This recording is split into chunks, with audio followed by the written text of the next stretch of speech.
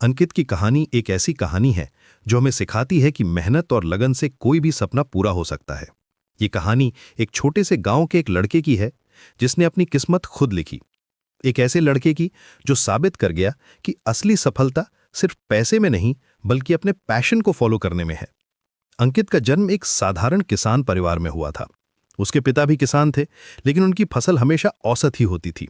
गांव के दूसरे किसानों की तरह वे भी बारिश के भरोसे खेती करते थे। कभी अच्छी बारिश हो जाती तो फसल ठीक ठाक हो जाती, कभी सूखा पड़ जाता तो पूरा साल मुश्किल में कट जाता। लेकिन अंकित में कुछ अलग बात थी। बचपन से ही उसकी आंखों में एक अलग चमक थी, एक जुनून था कुछ बेहतर करने का। जब अंकित सिर्फ 12 साल का था, तभी से वो अपने पिता के साथ खेतों में जाने लगा। शुरुआत में तो वो सिर्फ देखता था, लेकिन धीरे धीरे उसने खेती के गुर सीखने शुरू किए। उसने देखा कि कैसे बीज बोए जाते हैं, कैसे पानी दिया जाता है और कैसे फसल की देखभाल की जाती है। लेकिन अंकित सिर्फ देखकर संतुष्ट नहीं था। वो हमेशा सवाल पूछता था, क्यों यह तरीका बेहतर है? क्या कोई और तरीका हो सकता है?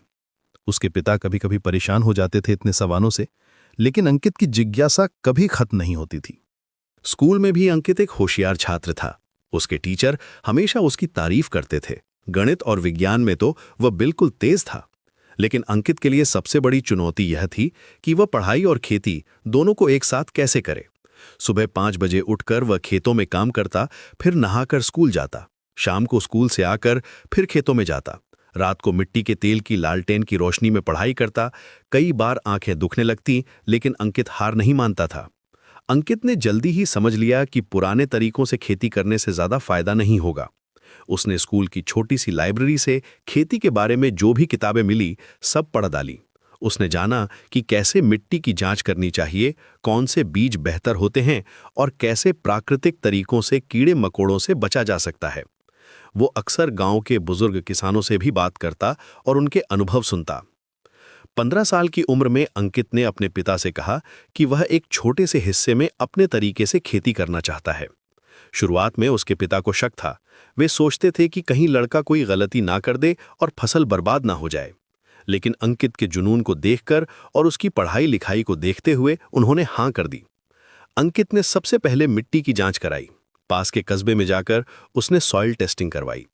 उसने पाया कि मिट्टी में कुछ पोषक तत्वों की कमी थी। उसने प्राकृतिक खाद का इस्तेमाल किया और बेहतर बीजों का चुनाव। पहली ही फसल में अंकित को शानदार सफलता मिली। उसके खेत से जो फसल निकली वो गांव के दूसरे किसानों की फसल से कहीं बेहतर थी। गेहूं के दाने मोटे और चमकदार थे। गांव वाले हैरान थे, कैसे एक छोटे लड़के ने इतनी अच्छी फसल